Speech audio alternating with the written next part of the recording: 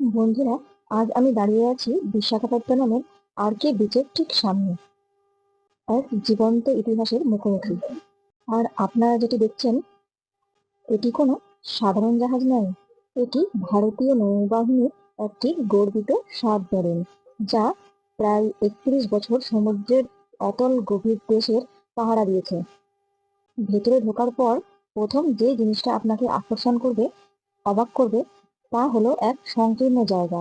ভাবলে অবাক লাগে, আমাদের নৌসেনারা মাসের পর মাস এইটুকুই জায়গার মধ্যে সূর্যের আলো না দেখে কাটিয়ে দিতেন। এখানে প্রতিটি ইঞ্চি জায়গার সঠিক ব্যবহার করা হয়েছে। আপনি দেখতে পাবেন সেই কন্ট্রোল রুম, যেখান থেকে টেলিস্কোপের সাহায্যে শত্রুর ওপর নজর রাখা হতো। এত ছোট জায়গায় থেকে তারা যেভাবে দেশের সেবা করেছেন, তা দেখলে সত্যিই বুকটা গর্বে ভরে যায়। আপনি যদি ভাইজ্যাগে আসেন, তবে এই সাবমেরিনের ভেতরটা অবশ্যই ঘুরে দেখবেন, খুব ভালো লাগবে।